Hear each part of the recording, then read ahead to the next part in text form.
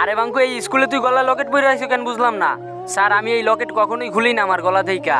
আরে কি বললি তুই? লকেট খুললো না মানে তাড়াতাড়ি খুলে খুনি, নাহলে কিন্তু স্কুল থেকে বের করে দিমু তোরে।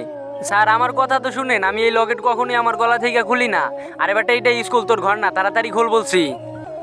স্যার, আমার কথা তো বিশ্বাস করেন, আমার কিছু সমস্যা আছে, তাই আমি এই লকেট খুলতে পারবো না আমার গলা থেকে।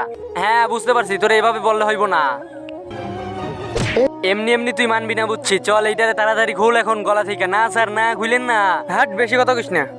চলো বাচ্চারা, এখন তাড়াতাড়ি করে তোমরা সবাই হোমওয়ার্ক বের করো। কি রে বাঙ্কু, এখনো ঘুমাই আছো তুই? তোর না বলছি হোমওয়ার্ক বের করতে তাড়াতাড়ি। দাঁড়া, দেখাইতেছি মজা এইবার।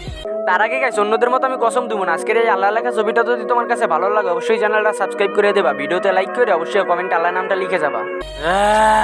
আরে বাঙ্কু, তুই এইটা হইলি কেমনে বুঝলাম না।